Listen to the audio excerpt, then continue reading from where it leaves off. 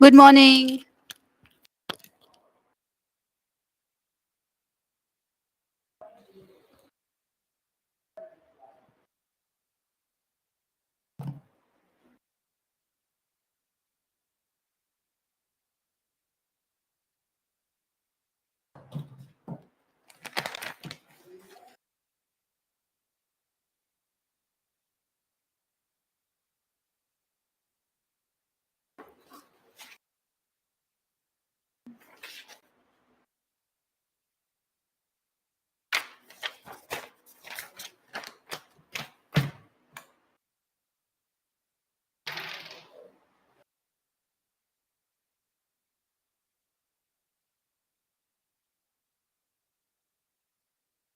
Hello. Ready for this week's analysis?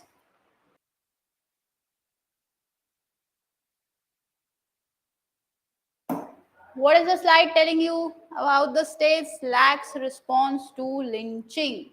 Heard about lynching? Which GS paper is it important for? Where is she?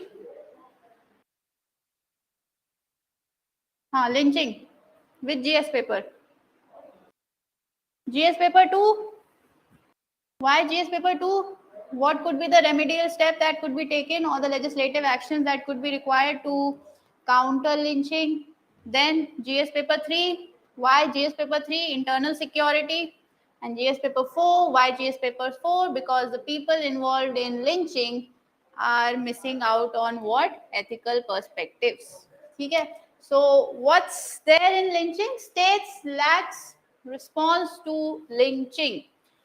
Supreme Court has asked the Ministry of Home Affairs and the government of Maharashtra, Odisha, Rajasthan, Bihar, Madhya Pradesh and Haryana to respond to a petition. And what is that petition? To a petition by National Federation of Indian Women. So what have they said? Now the petition questions their inaction against mob violence. Just a minute.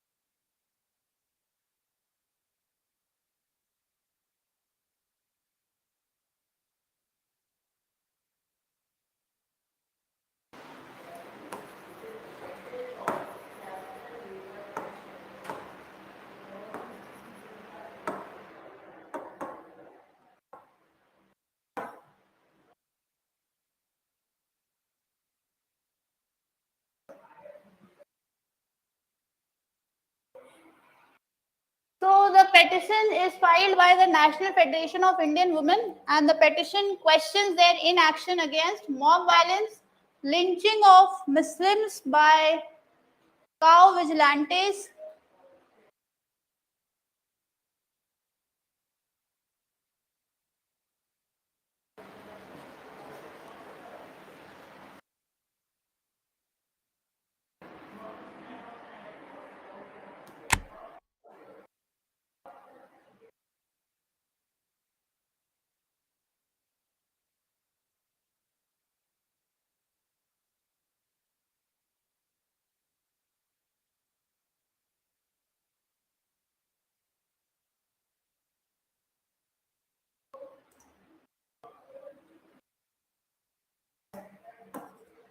Thank you. Okay, so to respond a petition by National Federation of Indian Women NFIW, and what is that?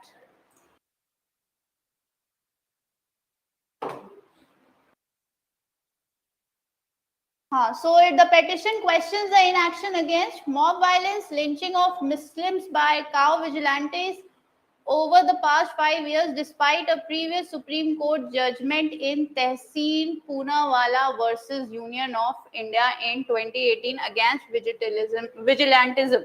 So, which is the judgment? The judgment is Tehseen Poonawalla judgment, and which year? 2018 versus Union of India case. So, what is this judgment talking about? The judgment of the Supreme Court, authored by the Justice Deepak Mishra, held that it was the sacrosanct duty of the state to protect the lives of the citizen. Now, under this judgment, they came with the key point that what it is the duty of the state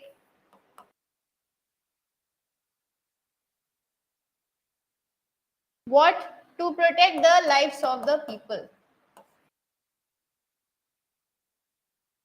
So you can quote this judgment whenever you are writing about lynching. And what are you writing? That in Tehseen Poonawalla versus Union of India case, they have said that duty of the state to protect the lives of the citizen.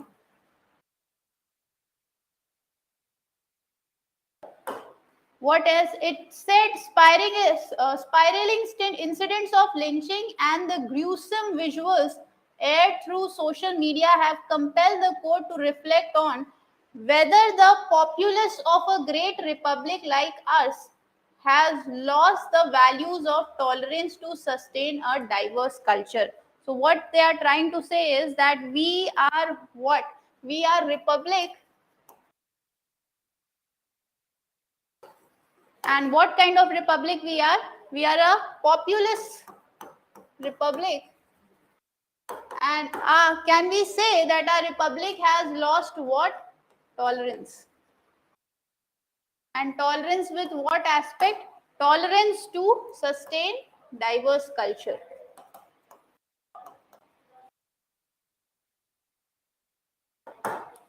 Okay. Apart from that, the bystanders' apathy, numbness of the mute spectators. Now, mute spectators, who are the mute spectators? Who know what is right, what is wrong, and still they are not interfering. So, mute spectators of the scene of the crime, the inertia of the law enforcing machinery to prevent such crimes and nip them in the bud. The court declared that the authorities of the state have principal obligation to see that vigilantism, be it cow vigilantism or any other vigilantism of any perception, does not take place. So the judgment warned that vigilantism is anarchy, chaos, disorder, and eventually there is an emergence of violent society. So under this judgment, they have said that initially it starts with chaos, disorder, anarchy, and then this gets into broader perspective, and that leads to what? Violence in society. So whatever I have told you under this judgment, so this judgment is important for you. Tehseen Poonawalla versus Union of India case. Violence in the society.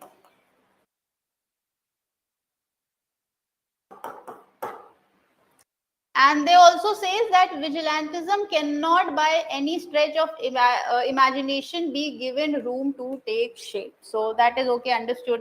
Now, what are the cases that have been highlighted by NFIW, that is National Federation of Indian Women? So they have highlighted certain cases. If you want, you can go through these cases, and these cases can act as an important part for your essay writing if there is a current affair topic. Okay. Now, what were the 7 remedial directions given by the Supreme Court to the states? Now, what are the directions that Supreme Court has given to the states? Now, they include what? First is appointment of a designated nodal officer. 1 minute.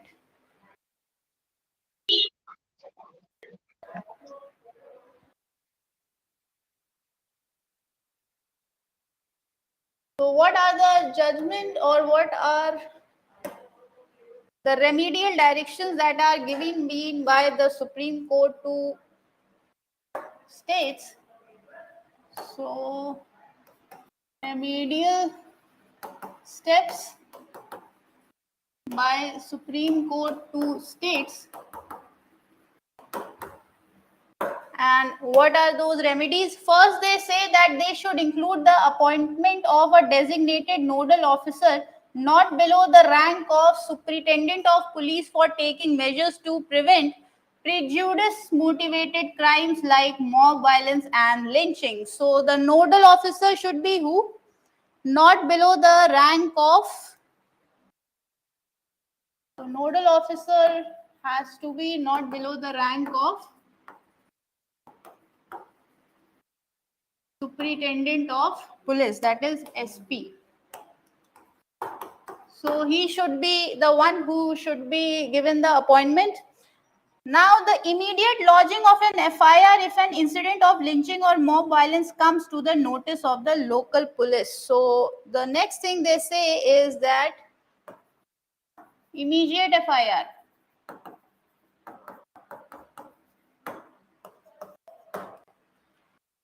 It is the duty of the station house officer. Who is station house officer? SHO. Heard about SHO? So station house officer who has registered the FIR to inform the nodal officer in the district. So what is the another step? They said SHO to inform who? The nodal officer. And definitely वही होंगे और कौन ही जाएगा nodal officer के पास? Who has the power to go there? Now, who in turn should ensure that the families of the victims are spared of any further harassment? So now they have to keep a note that the family of the victim should be safeguarded from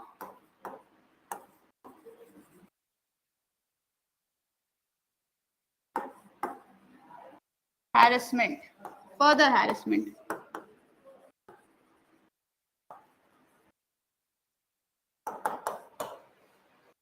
What else? Supreme Court has given the directions. Now, the investigation of the crime should be personally monitored by the nodal officer, and the investigation and charge sheets are filed within the stipulated period in law. There should be a scheme to compensate victim of such prejudice motivated violence.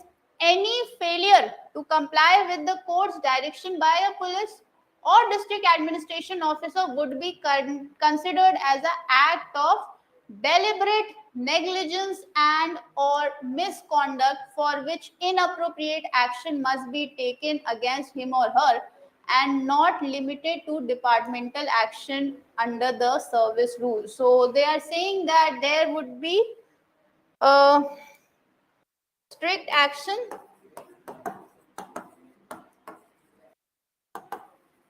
in case if it is or in case of deliberate negligence.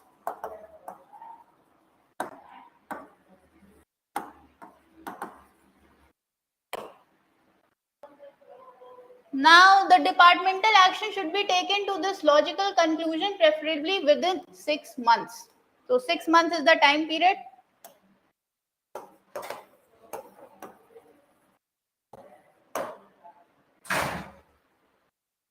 States should take disciplinary actions against their officials if they did not prevent the incident or an incident of mob lynching despite having prior knowledge.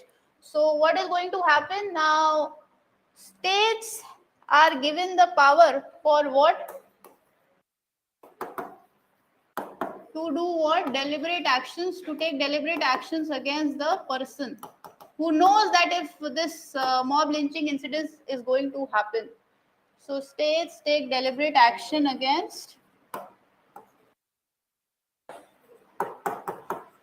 the officer who knew prior that this incident could occur. Okay? Now these are the remedial measures that Supreme Court has given to the officers. कौन से हैं?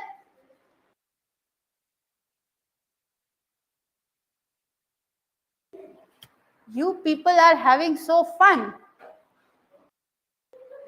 Nodal officer, who is the nodal officer? यहीं से फेंक फेंक के मारूंगी. Nodal officer, who is the nodal officer?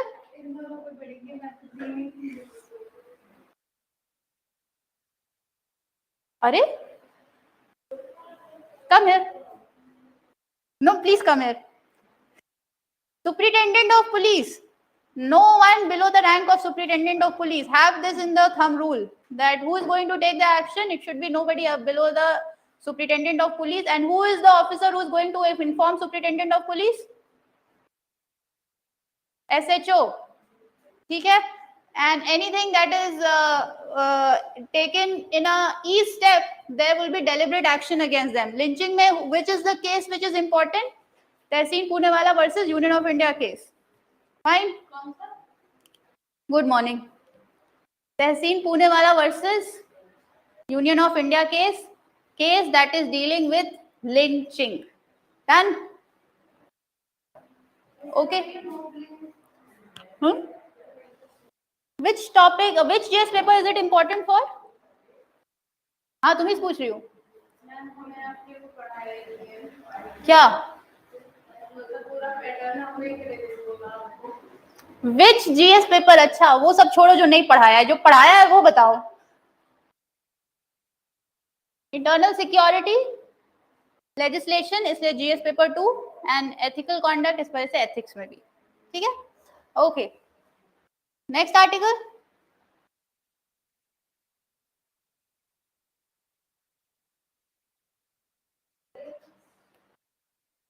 What is Sam Altman's biometric project?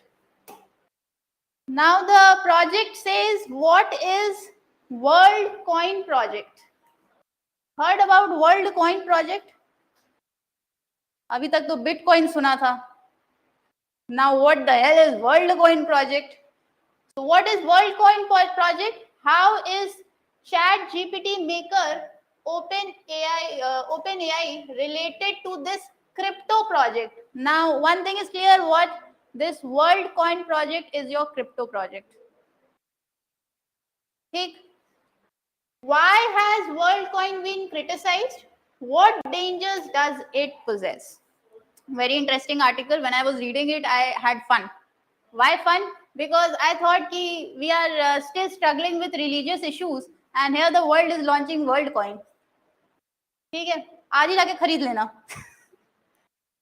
Now, OpenAI CEO Sam Altman took to Twitter to formally reintroduce WorldCoin, a project of his that was eclipsed by the popularity of ChatGPT. Okay, so this was a project that was before ChatGPT, and it probably lapsed because of popularity of ChatGPT.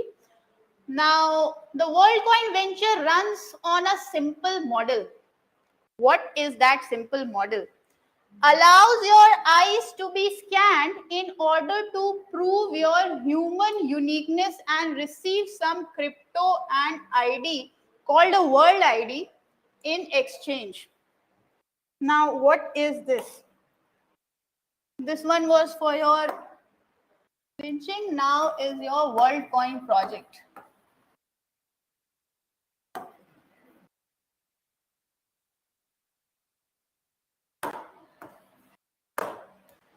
Unique project. Why unique project? Because it allows your eyes to be scanned in order to prove your human uniqueness and receive some crypto and an ID in exchange. So your eyes are scanned. Eyes में क्या scan होता है?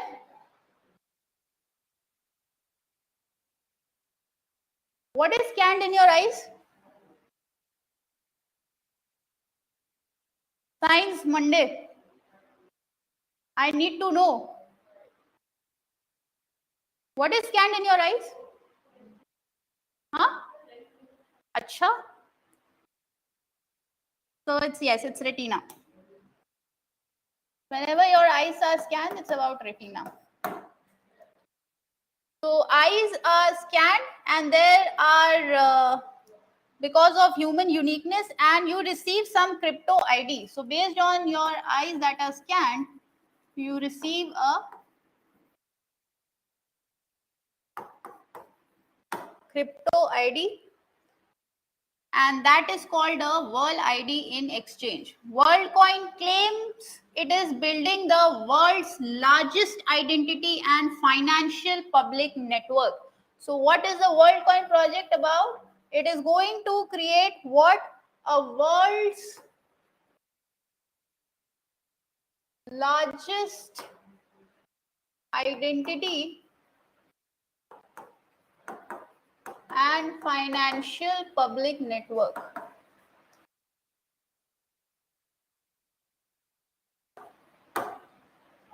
Open to people worldwide. Isn't it a big thing? This is a world's biggest project. The project related to what? Your identity will be linked with what? Financial public network. Are you understanding how? Based on your retina that is being scanned, you will be getting what? A crypto ID. And that is what they are calling World ID. Okay, so it's a big project, world's largest project related to what? Identity and financial public network being linked. Okay, just a minute.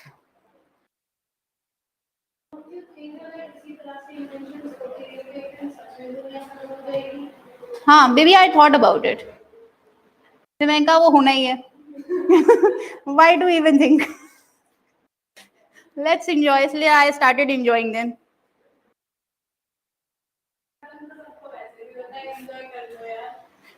Okay so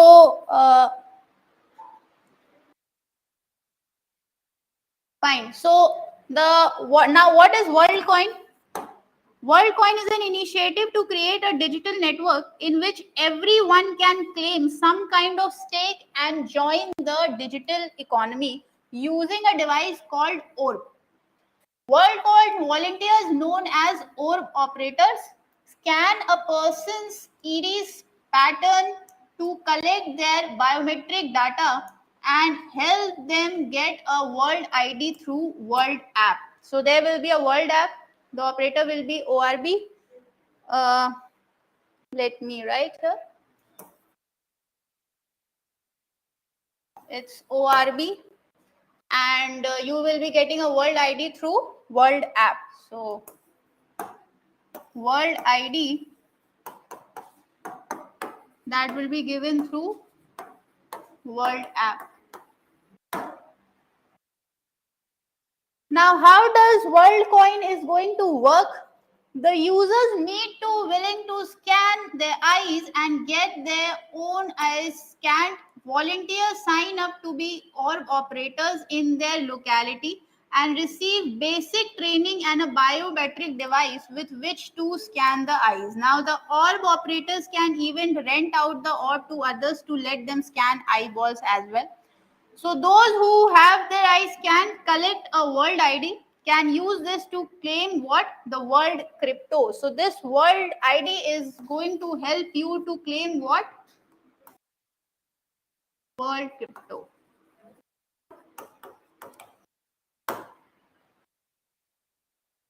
Okay. Now,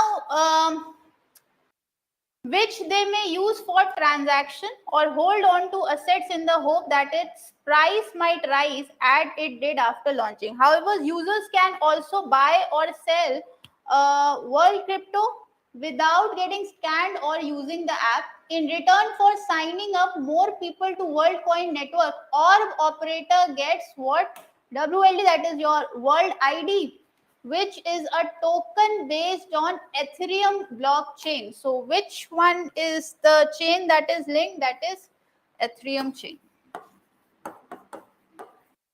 Ethereum blockchain.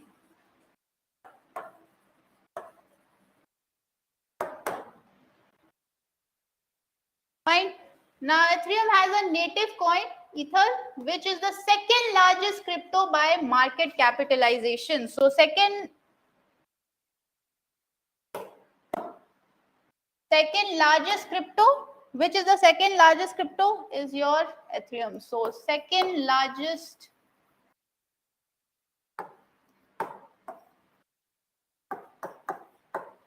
crypto of what? Market capitalization. So market capitalization.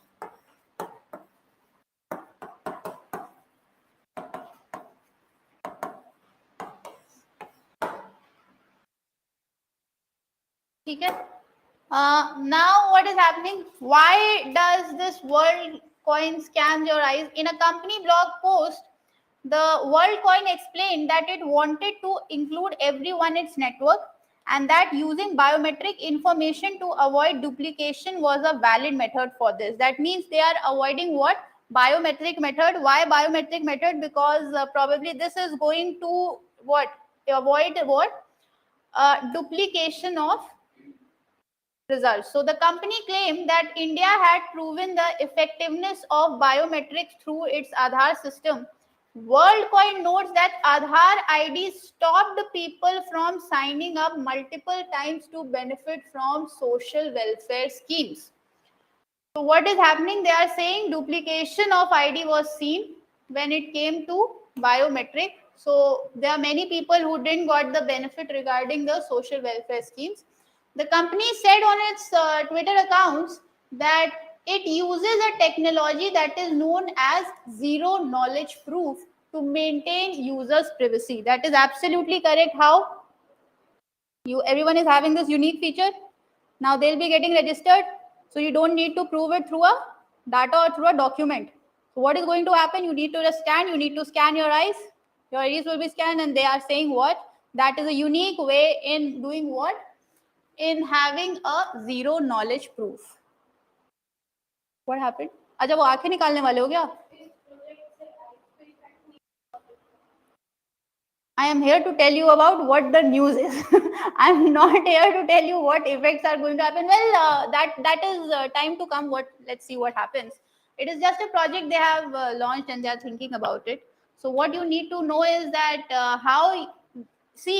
I don't know how much depth you are able to see on this project, but linking this identity through financial network is a big thing, which is coming through this iris and all. अब ये हो सकता है मार के आंखें वाँखें निकाल लो तो बात अलग है. ठीक है. So WorldCoin has also said it is fully compliant with Europe's GDPR, that is General Data Protection Regulation. Individuals who want to receive a world ID are not required to share their name, phone number, email address, or home address. So images collected by the orb are used to generate a unique iris code. Now, by default, these images are immediately deleted once the iris code is created, unless the user opts into for data custody. So they are taking care that all kind of security is being there, and there is no breach of security over here. Let's see how things work out. So, now is it criticized? So WorldCoin was criticized long before its launch. Whistleblower Edward Snowden pointed out that even if a person's biometric scans were deleted for privacy reason, as WorldCoin said it would, the unique identifier for the scan would match future scans of the same person's eye. So again, there is this one whistleblower who has said that there will be issues. Why? Because unique identifier for the scan will remain. So they are saying that complete privacy is not possible. So has WorldCoin came to India? According to the company website, it has said what WorldCoin lists 18 locations in India. And what are those 18 locations? One is your Delhi, Noida, Bangalore, where orb operators are scanning people's eyes. Some locations include popular malls and metro stations in these cities.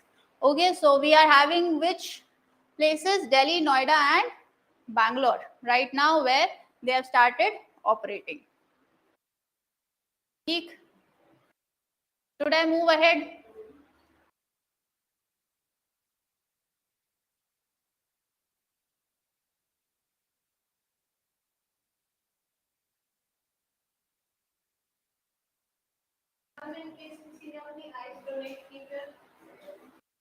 अब उसके बारे में फिर ये लोग बताएंगे. That's what actually the whistleblower has said. ठीक है. Now, hurdles to overcome for becoming digital India. Now we say that India is what? We are a digital India, but still there are hurdles because of which we are not able to become what? a complete digital India. So let's see what are the hurdles here. The digital payment system in India has grown significantly in recent years. Every neighborhood kirana stores now has a QR code scanner. Hai aisa? Even here out there. So, has UPI revolutionized how Indians carry out economic transactions? Has the popularity and ease of digital transactions brought about financial inclusion? Now, where does India stand as compared to other countries? Okay, so this is what we are going to study. What, with respect to the other country, what is the condition or what is the position of India's or of India with respect to digital India? Okay. Now, modes of payment. Since the introduction of UPI in 2016, transactions in this mode have grown in value and volume. That means value and volume. What do you understand by it? UPI transactions have increased in mode through value and volume. Value means amount, volume means many people are getting enrolled. Having UPI? You're not having UPI? Please come here. Let everyone have a talk with you. Even I joined UPI this year only, don't you worry.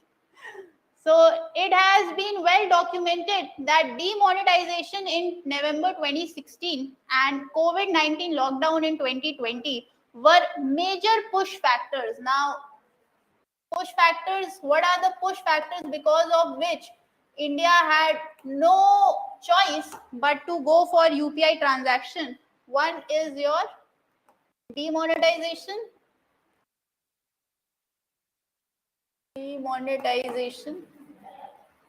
And other one is COVID-19 या फिर lockdown.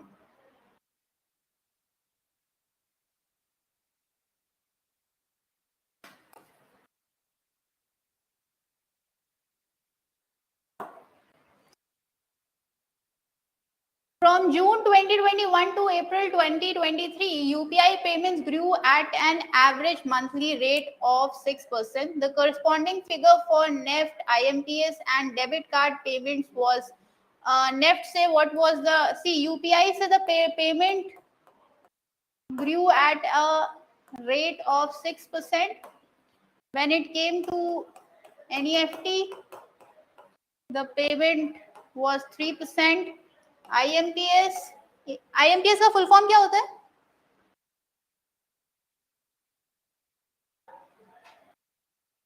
Heard about it? Internet banking खोलो. How do you do transactions? RTGS सुना है? NEFT, IMPS, RTGS, these are three mode of transactions. What are you people doing? बस यही नहीं सुना है. So NEFT 3%, IMPS 3%, and debit card transaction 1.5%. So this indicates that the popularity of UPI has increased at a faster rate than all other modes of payment. So UPI का जो popularity है that has increased. Now the share of UPI payments in total value of digital repayments in the country increased from less than 20%. Now this is not important. Now what is or how is financial inclusion going to help you? Now it is expected that the increasing popularity of UPI based payment would play an important role in improving the financial inclusion. The first step towards financial inclusion is to have a bank account. At first glance, it seems like India has made significant progress on this front. How do you know India has made significant progress front? According to World Bank Global Findex survey. So what is that survey?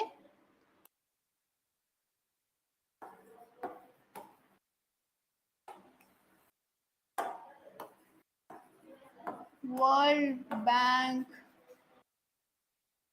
Global Findex survey. Now, what is this survey talking about? So, the World Bank Global Findex survey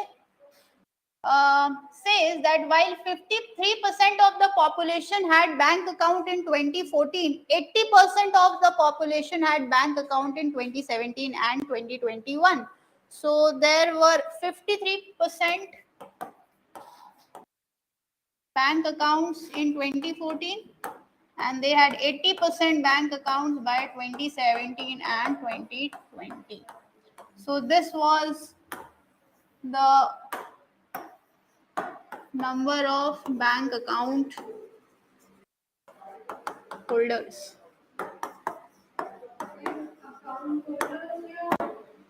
हाँ क्या क्या Online transactions to start for online transaction to start, that means for UPI to begin, you need to have a bank account. So they are saying that initially, देखो अगर मेरे पास bank account नहीं होगा तो how will I start with UPI? So first major step towards financial inclusion is you should have an account, right? और financial inclusion की one scheme कौन सी है? जन धन योजना. जैम ट्रिनिटी याद है? What is jam?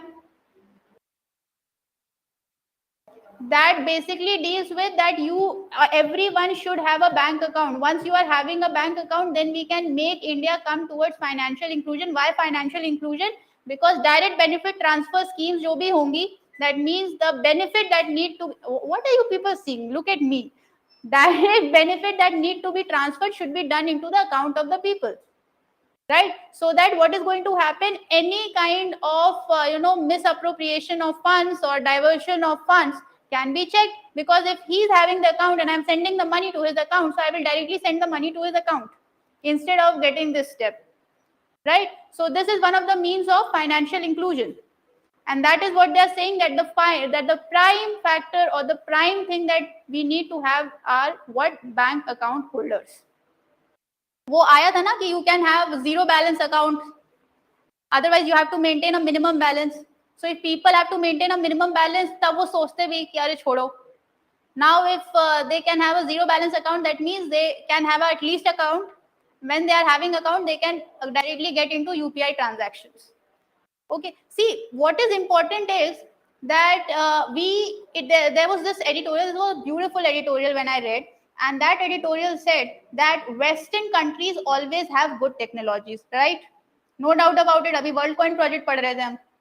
India is not having that kind of technology. Maybe because see, we can't say that we don't have a talent pool. We definitely have. Our engineers are working out there, but those Western countries are investing very much onto their projects, onto the people, onto their native citizens, etc.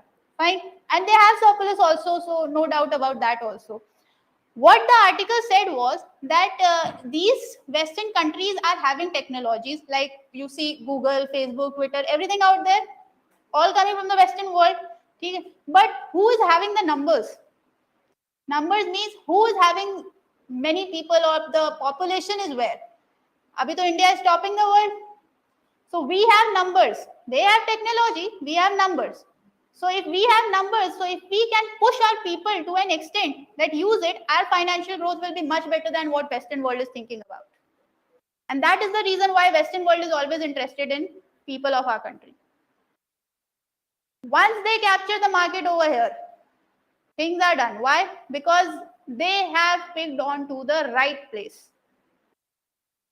Understanding? So that is what they are saying, that at least you should have a bank account. Now, 80% of the population had bank accounts in 2017 and 2021. However, a closer look at the data reveals that those with bank accounts, 38% have inactive accounts. So out of 80%, they are saying what? 38% are having inactive account.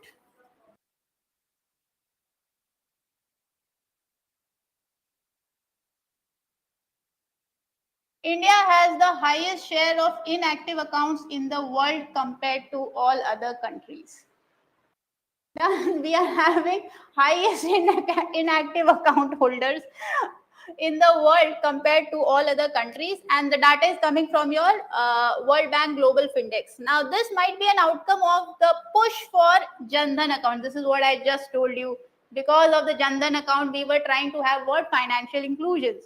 And because of these Jan Dhan accounts, we are having number of account holders, but 38% of them are inactive. बस खुलवा दिया है account. ठीक है, अभी had we not read it in depth, we would have been excited. What? India has achieved a target. What target? 80% of the account holders. Now getting deeper, we got what? 38% are already inactive. Fine. Now, yeah, 38%. Okay, so this might be an outcome of push for Jan Dhan accounts. Zero balance accounts were open to meet the official targets. ये भी अभी बोला है. Fine. Now, and why was these accounts open? They are saying it was just open for the mere sake of what? Meeting the target. There is a difference between what you want to bring change at roots, and there is a thing that you want to do what? You just want to meet the target. So they are saying that India opened Jan Dhan accounts just for the sake of meeting the targets. Okay? Now, so yeah, Jan Dhan accounts, zero balance accounts were open to meet the official targets, but have been lying dormant since then. More women than men have inactive accounts. That means women are having close to 32% inactive accounts. 32% inactive accounts are of women. अच्छा, this number is coming from 38%. ठीक है, 38% जो inactive holders है, उसमें 32% are this inactive for the women, and then they are saying what? We are having 23% of inactive men's. Now, while there is no urban-rural divide or income group divide in the position of bank accounts, differences are evident when we consider the share of inactive accounts. While 31% of the population in rural areas have inactive account, 31% in case of rural areas. See, this is the number that is, if you want, you can have it. This will help you out in your economic answers. Now, 31% rural areas, urban areas में 23%. Similarly, if we consider the poorest 40% of the Indians, 35% of them have inactive bank account, whereas corresponding figures for the richest, 60% of the population is 22%. While the popularity of UPI has increased substantially in recent years, only 35% of the population reported carrying out any digital transactions. While this was an improvement from the previous year, Indian figures are unimpressive when compared to the average of 57% of all the developing countries and the world average of 64%. That means regarding the figures, they are saying that our figures are no good when we compare it with the other developing countries. Okay? Now, what is happening? See, this is the chart also. This is for your debit card, this is for IMPS, this is for NEFT, this is for UPI, then this is for your credit cards, then this is for prepaid payment instruments. Although digital transactions have grown in value and volume, their growth has not been equal. There's sharp gender gap in digital transaction. Tell me the meaning of gender gap in digital transaction.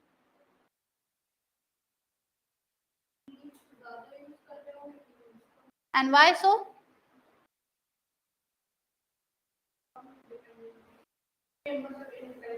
Or digital education is missing, or access to technology is also missing. And who has told you all this? Say thank you. So although digital transactions have grown now, there is a sharp gender gap in digital transactions. While 41% of the male population carried out any digital transaction in 2021, Corresponding figure among women was 28%. So 41% were men who were carrying out digital transactions and 28% were women's. So there's a huge gender gap. Not only these figures low to begin, but significant difference of 13 points between men and women is high when compared to most countries. Vietnam makes 48% women, 48% men, 44% women. Brazil makes 80% men, 73% women. China 87% men's, 85% women. Kenya it's 82% men and 74% women, which are at comparable stage of development as India. In India, figures are lower overall compared to the figures in these countries. So although Bangladesh reported a greater gender gap, how see Bangladesh has a bigger gender gap. Kaise 58% men's and 34% women. Now, if we look at rural-urban gap in digital payment, India stands out when compared to countries such as Bangladesh and Kenya. Only 30% of Indians in rural areas made or received any digital payment in 2021 as opposed to 40% in the urban areas. Now, this again indicates that a substantial share of the population has been bypassed. While there was a significant digital divide between urban and rural areas in Kenya, the fact that more than 70% of the population was part of digital payment ecosystem, where in Kenya, where is Kenya? Wahan pe bhi. There are 70% people are involved in this digital payment. So numbers are very impressive. Therefore, India has a very long stride. It still has to go a long way to be called as what? Digital India. Very beautiful article, good numbers, good report, good analysis. If you want, you can have the numbers with you. Fine. आगे चले.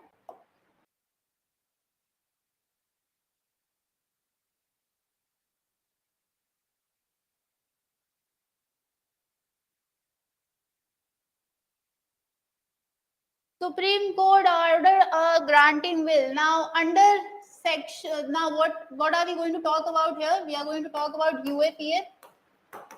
Last class also current affairs UAPA was there. This class also two articles are there in UAPA, so you can understand the importance of UAPA. Okay. Now, what are they saying?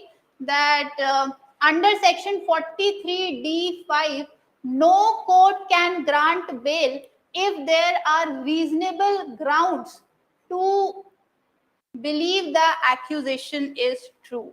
This was important, and that's the reason why I took the article. Ki no court can grant bail if the accusation is true under certain grounds. Okay? What else you have to do is you have to do UAPA. वो पिछली class में भी कर चुके हैं, अब भी करें. ठीक है?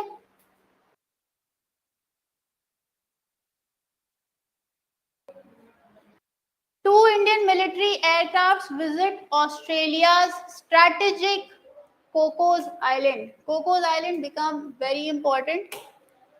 Now, expanding the strategic reach of Indian military and improving the interoperability with Australia and Indian Navy Dornier maritime patrol aircraft and an Indian Air Force C-130 transports aircraft visited Australia's Cocos Island. So, please have this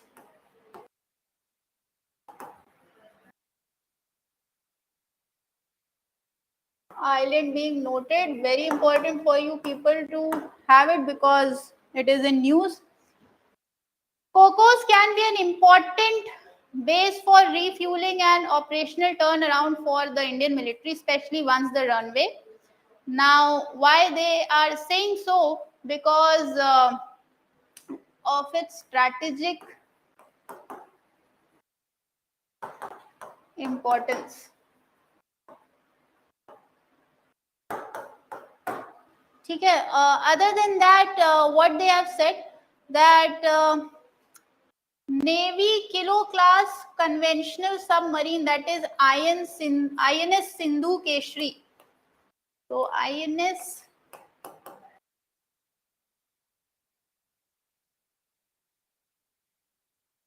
Sindhu Keshri, which was on operational deployment, traveled through the Sunda Strait. Sunda Strait again important. And docked in Jakarta.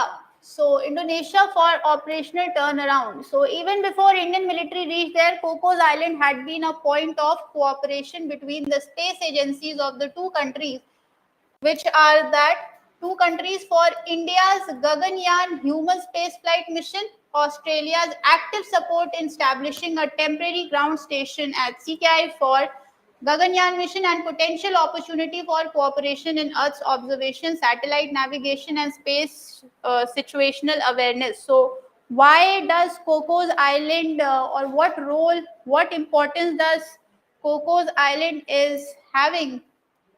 So the importance that Cocos Island has, first is Gaganyaan human spaceflight mission. Why all this support is needed? Because it has a potential opportunity for what? Satellite navigation, space situational awareness, weather and climate studies using satellite data. So Cocos Islands का importance किस किस चीज के लिए है?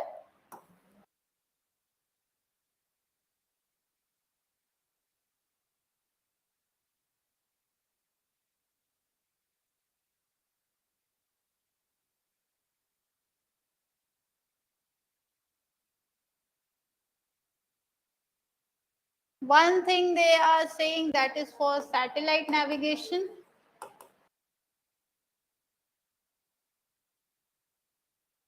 Other they are saying space situational awareness. Why space situational awareness? Because you can have weather studies and you can have what? Climate studies.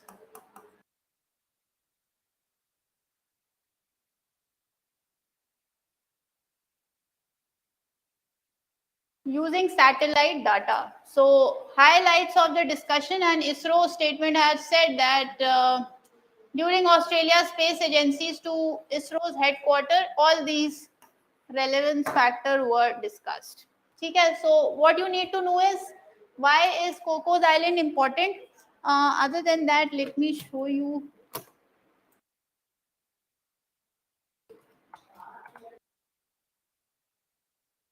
Cocos Island.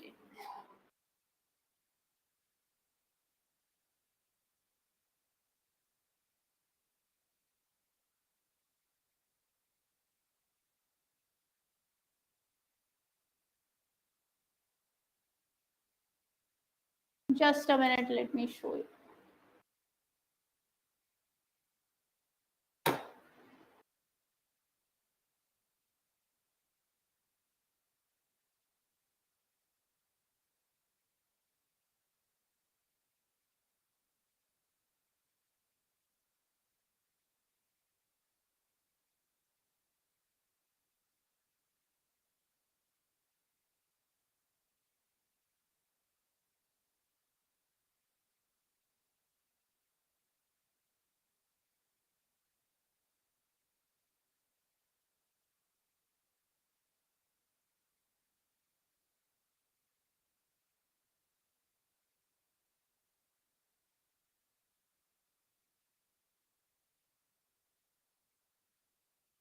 This is your Coco Island.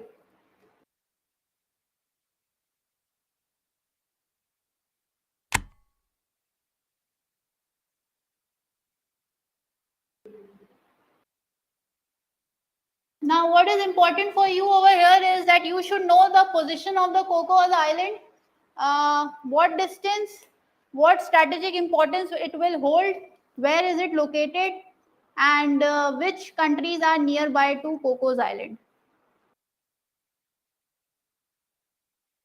ठीक है?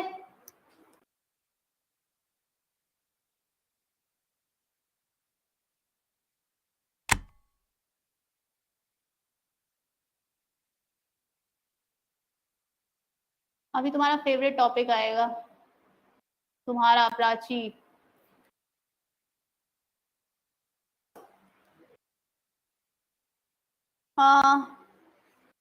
The hybrid EV, अब ये EVs भी इतना इतना पढ़ लिए हर बार। दो तीन फेवरेट टॉपिक है, every current affair class is getting repeated. One is your EV, one is your UAPA and other is your digital India. ठीक है, now EVs. So the hybrid EV imperative. What is hybrid? What is hybrid?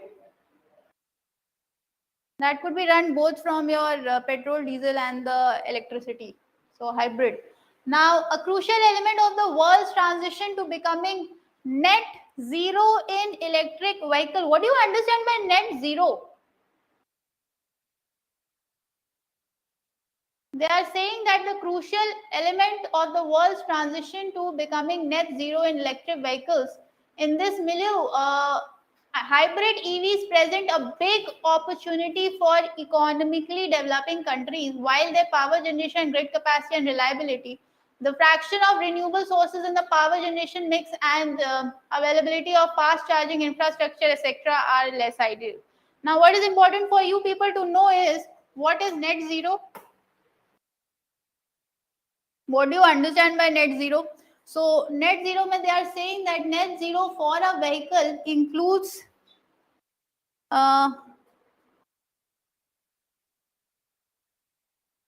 just a second. Okay, so net zero for a vehicle includes emission at both the tailpipe of the vehicle and at the power plant. That means there are two kind of emissions that are happening. One where at the tailpipe of the vehicle, and another is at the power plant where the vehicle is being manufactured. So there is emissions that are happening at two places. Understood the two places? One is from the vehicle, other is from the place where your vehicle is being manufactured. Now, if you want to eliminate those emissions, now what they are saying is that you have to make emissions at the both places where emission from your vehicle and emission from your manufacturing place. So you have to eliminate or you have to reduce. So that will be called what? Net zero of a vehicle. समझ में आया? क्या समझ आया? Are you understanding or not? Net zero, this term is important. How will you get this net zero emission? If you reduce the emission from two places, that is, जहाँ जैसे आपकी गाड़ी हो रही है, that means the tailpipe of the vehicle and the place where the vehicle is being manufactured. ठीक? Making vehicle net zero requires cutting emission. That is what I told you, from both new and existing vehicles.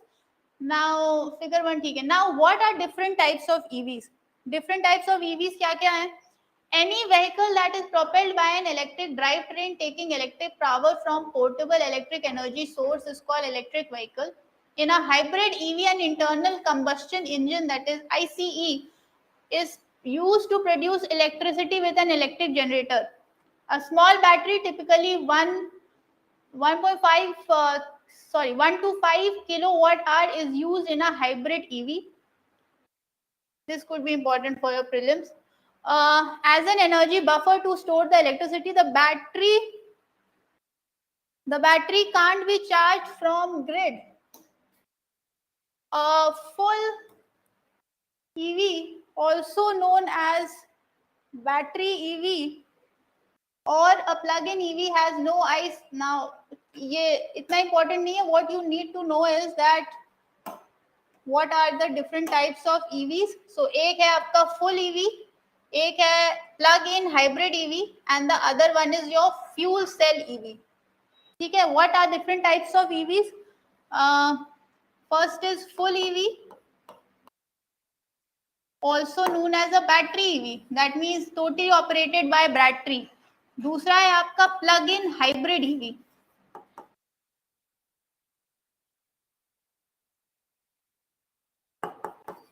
And third है fuel cell EV. Uses a fuel cell to produce electricity for the train together. So what is the fuel economy of hybrid and fully electric vehicles? This is You can give a readout. What are the net emissions of hybrid EV? Apart from the fuel economy, an important metric is the net emission of a vehicle. Well-to-wheel emissions include both tailpipe emission and emission due to fuel production, that is electricity and fossil fuels. The lifestyle emission is a more comprehensive index that includes well-to-wheel emission. You can have a readout over here. Now, what is important is what are the challenges to transitioning to electric mobility? So, what are the challenges? First is you require what? First, they say that you require a fast charging infrastructure. How many of you have seen the fast charging infrastructure over here? Kitni? How many?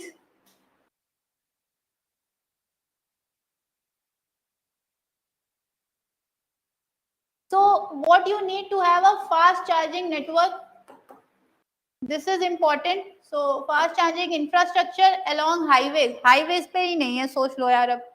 This is vital because people generally want to own one affordable car serving both short and long distance travel, and that would need over 5 to 15 years to have a good infrastructure of fast charging.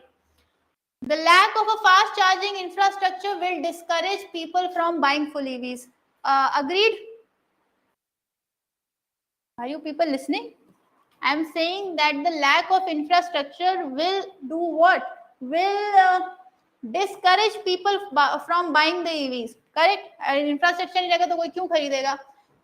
Fast charging means power level of 50 to 350 kilowatts for car and up to 1000 kilowatt for heavy duty vehicles.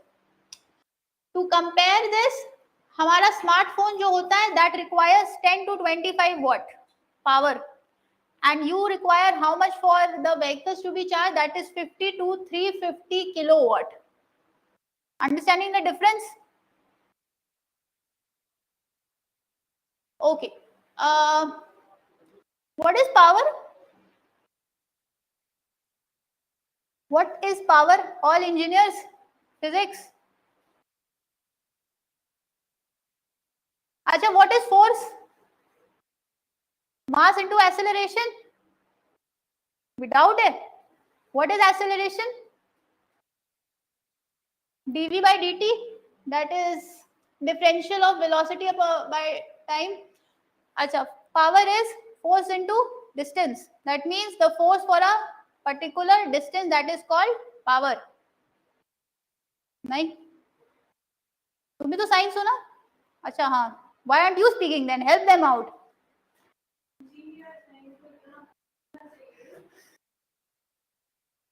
Engineers know everything except engineering. So to compare a smartphone charge at 10 to 25 watt, fast charging will enable drivers to make long distance trip using their EVs with 10 to 20 minute stops to gain ranges of 300 to 400 kilometers. The indicative prices for EV fast chargers are capital cost, ठीक है, high cost and wide variations are due to high capacity power connection. अच्छा, एक तो high cost. By high cost because of high capacity. अच्छा एक second. We will require infrastructure for charging electricity, right? How is the electricity market of India? Power market.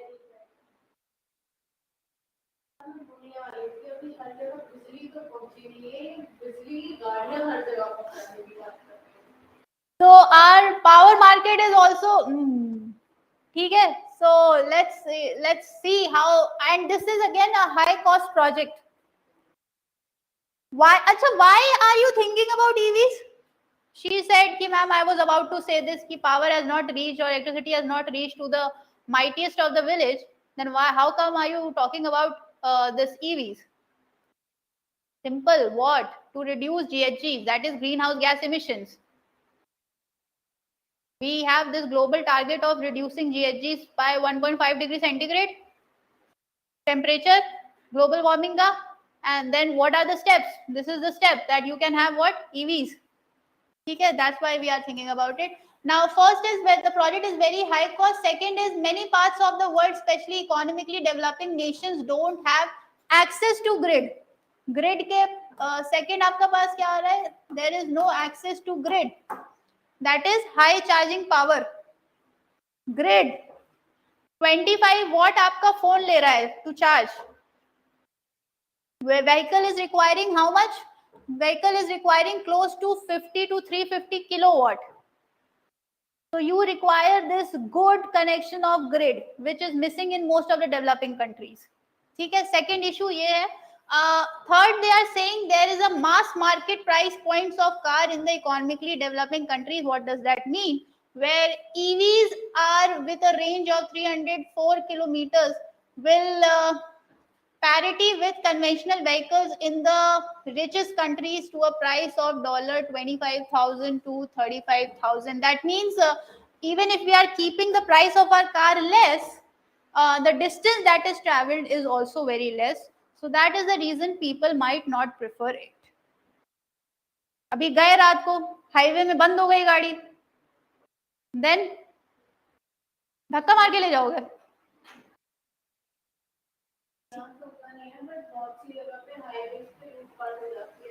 यहाँ पे होता नहीं है, यहाँ पे क्या नहीं हो रहा है.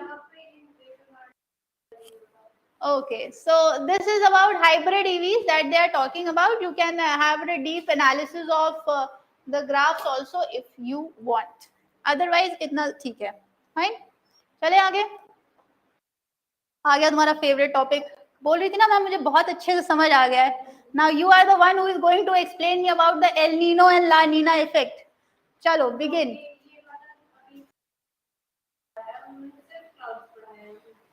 Okay, कोई बात नहीं. You will tell me how things are going to happen. You start, then I will help you out.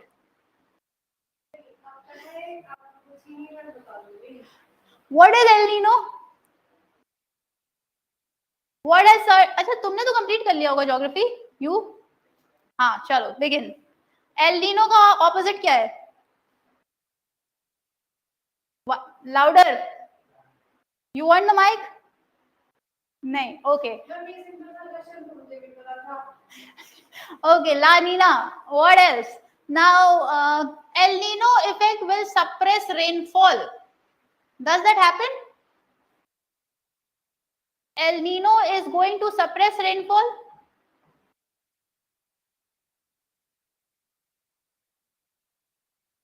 I also don't know. You also don't know. Let's do what? हाँ, Google it. If it's that easy, then Google it. El Nino effect will suppress rainfall. अच्छा, which are the 4 months that are good for the monsoons?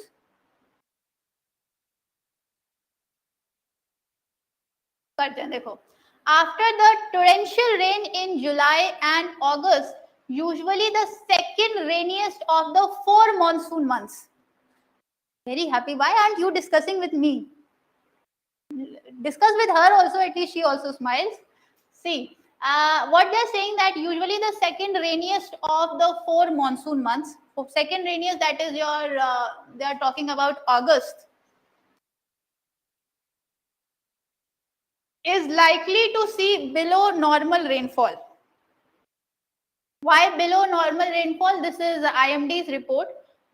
They are saying that there will be a very strengthening El Nino and absence of meteorological conditions that could have offset.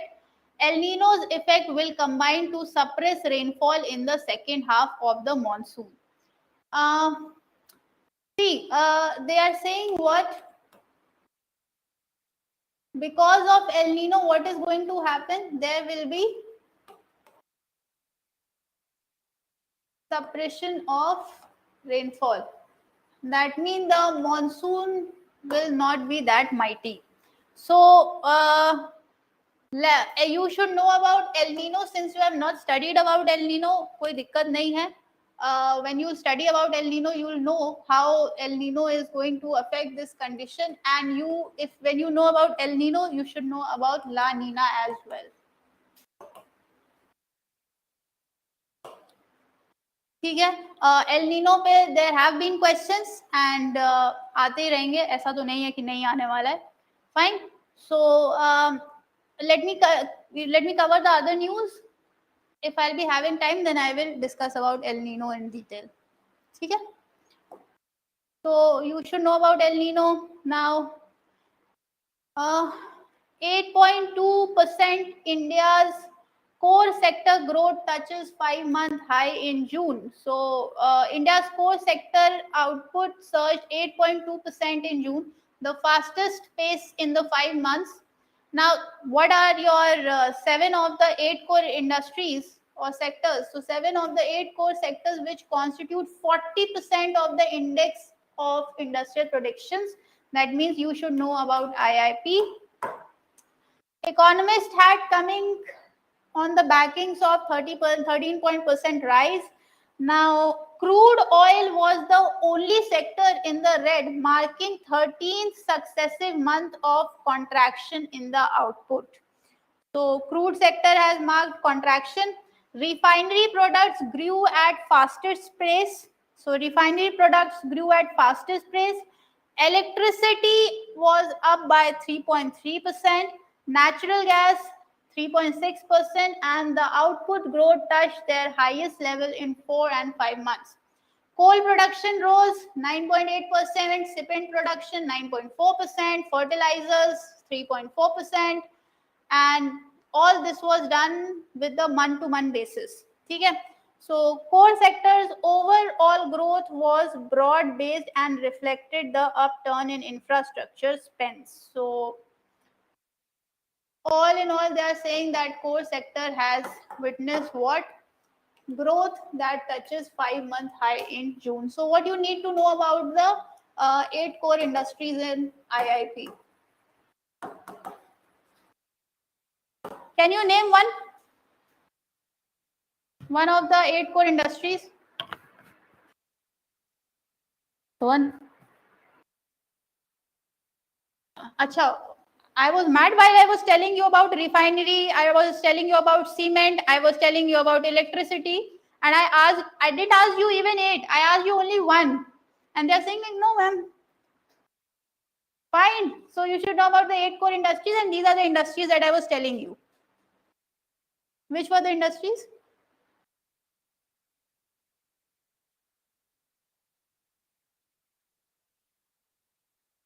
Okay. Recalibrating India's clean cooking strategy.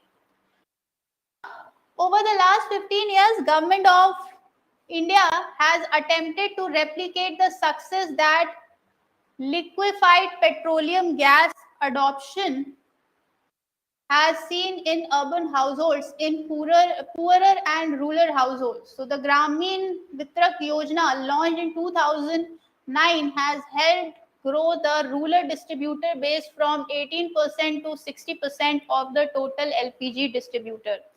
The ambitious project of government, which is that ambitious project? Pradhan Mantri Ujjwala Yojna has provided more than 9.5 crore new households with LPG connections. Connection तो दे दिया, उसके बाद where is the cylinder? So 9.5 crore households with LPG connections now, with near universal coverage of LPG. This is nothing short of an administrative and operational miracle. However, for the first time, LPG consumption in Indian households saw an absolute reduction in fiscal year 23 after years of steady growth. So what is the LPG story all about? In the recent past, the share of Indian household using LPG as the primary cooking fuel has risen to 71% in 2020 from 33% in 2011. That means 33% was the LPG connections or LPG users, and this rose to 70% in 2020.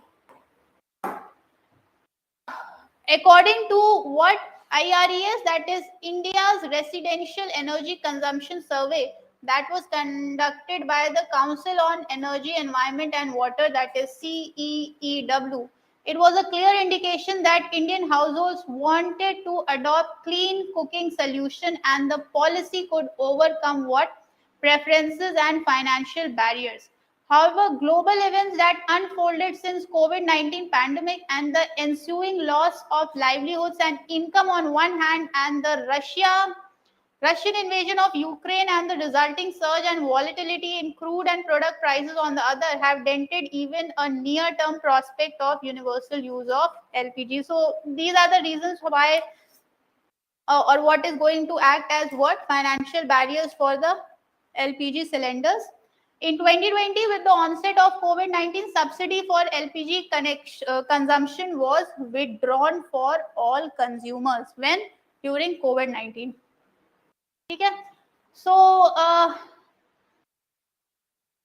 then in fiscal year 2021, 3 free cylinders to all Pradhan Mantri Ujjwala Yojna consumers as part of Pradhan Mantri Garib Kalyan Yojna. Now you need to know about the numbers over here. Another challenge is that India's dependence on imported LPG. That is, India is dependent on what? Importing LPG. Okay? And this importing LPG has steadily increased to 64% in fiscal year 2023, which was 46% previously. Now, further, Indian households have seen a near doubling in LPG prices. LPG के price double हुए, so true. With volatile international prices, especially after कब से Russia war against Ukraine and a domestic budget that relies on petroleum taxation significantly, it is unlikely that Indians can return to a regime where a subsidy of 20,000 crore was provided each year for LPG consumption over the first 2 decades of the 21st century.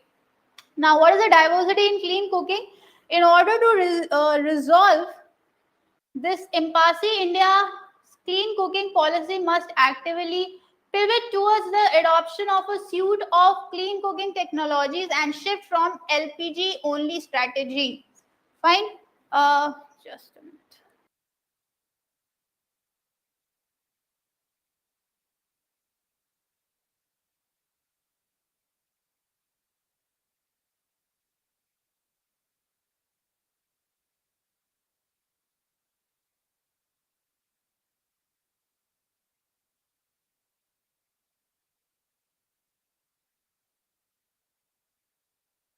Now, for example, electric cooking, including your cooktops, can significantly offset need of flame-based cooking. 1 minute.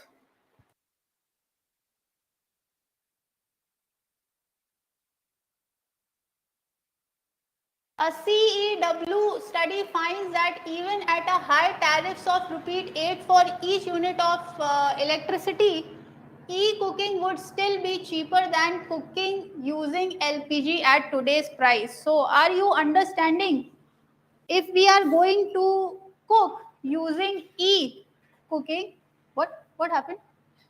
E-cooking, what is going to happen? This is going to be probably much cheaper when coming to use of LPG cylinders. ठीक है? हाँ? हाँ, how?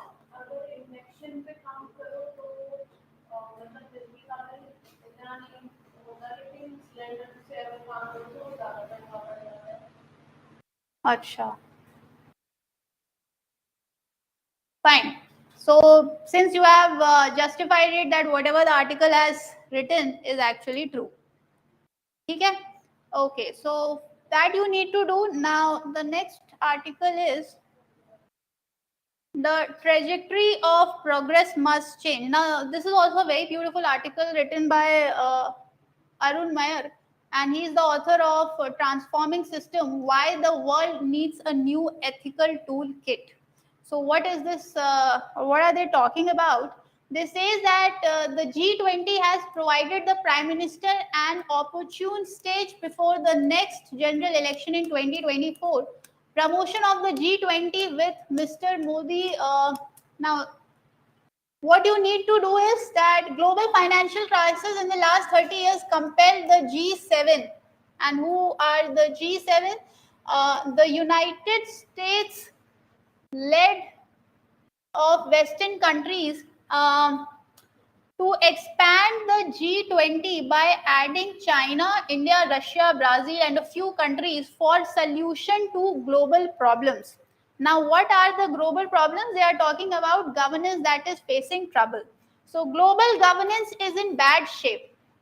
Now, what is global governance and how is the global governance in bad shape? The trajectory of progress must change. The world is being divided by wars amongst nations and strife within them. So, wars within military weapons with financial and trade weapons. So, desperate millions are being pushed back to their deaths while trying to cross border and oceans in search of better lives and safety. So while three multi-billionaires are competing to create commercial space ventures to take a handful of wealthy people. Now, I told you that this article is basically talking about what your global governance, and the author or the writer is basically of the opinion that we require what more ethics. And kaise kaise hoga? See, here you can see that when you read, you will find that he is talking about sustainable development goals. He is talking about how you are going to achieve this sustainable development goals. SDGs are very important. Other than that, he is also talking about local governance. Local governance kaise aayega? Democracy in the government, for the people and by the people. Now, India has election. He's saying that India has election, but its citizens do not have Purn Swaraj yet. Is it true? 1.5 घंटे से मैं बोलती जा रही हूँ. You people are not even able to shake your mind. What happened? Okay, so democracy is government of, for, and by people. The government elected by the people that provides benefits of top to down to people. If not a complete democracy, the government must be by the people themselves too. Now, what they are saying that India has election, but its citizens do not have Purn Swaraj yet. Its political leaders, since independence, have paid only lip price to the vision of local governance in its constitution, which is requiring what? Purn Swaraj. So the Prime Minister has inaugurated a world-class venue for G20 summit at Pragati.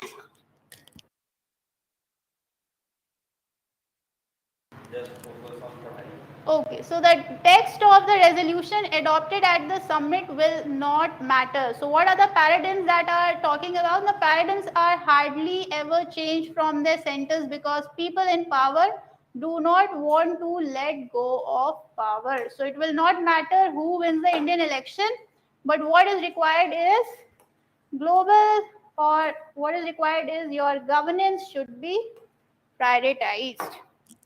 Fine. So mere economic growth will not solve world's problem. It is important that you should talk about sustainable, equitable development as well.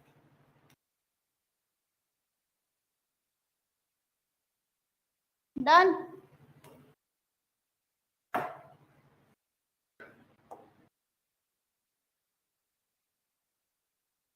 Now let me tell you about your deep tech startups.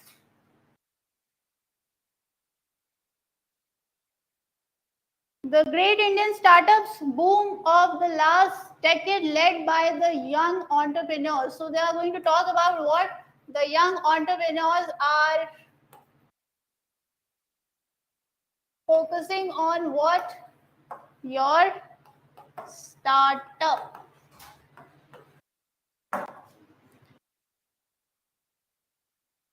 So the great Indian startup, अच्छा अभी है नहीं ऐसा? What? The startups are, the majority of startups that we are seeing are led by the young entrepreneurs. One such entrepreneur is in between us who wants to be or who is aspiring to be. You. Okay, so today there are more than 1 lakh startups recognized by the government without just a minute. Okay, so today there are more than 1 lakh startups recognized by the government, with about half of them coming from tier 2 and tier 3 cities. It has created a sense of agency among India's youth and a sense of freedom of being able to determine their own destiny. Fine, so this whole article is all about your deep tech startups. Now, what they are talking about, so what is deep tech entrepreneurship? So, deep tech entrepreneurship is also creating new avenues for science and technology discoveries in the public sector labs to reach the market. So, what they are trying to do is that they are creating what? They are creating avenues with respect to research and development. The successes at IIT Madras Research Park, which has incubated over 200 deep tech companies, cumulatively valued at over 50,000 crores, including those in the which sector they are talking about: space and aviation, biotech startups. Uh, and where will all these ventures are going to happen? They are talking about the National Chemical Laboratory Venture Centers, which is going to do what? Commercializing of your patents. So the startup are focusing on which aspect of uh, avenues, which would include what? Your science and technology and research and development. Tired or what? इतना boring था ये. Such interesting articles. ठीक है. So they are basically trying to link startups with science and technology and science and technology with research and development. पूरे article में यही है. ठीक है. If you want to have a read through, you can.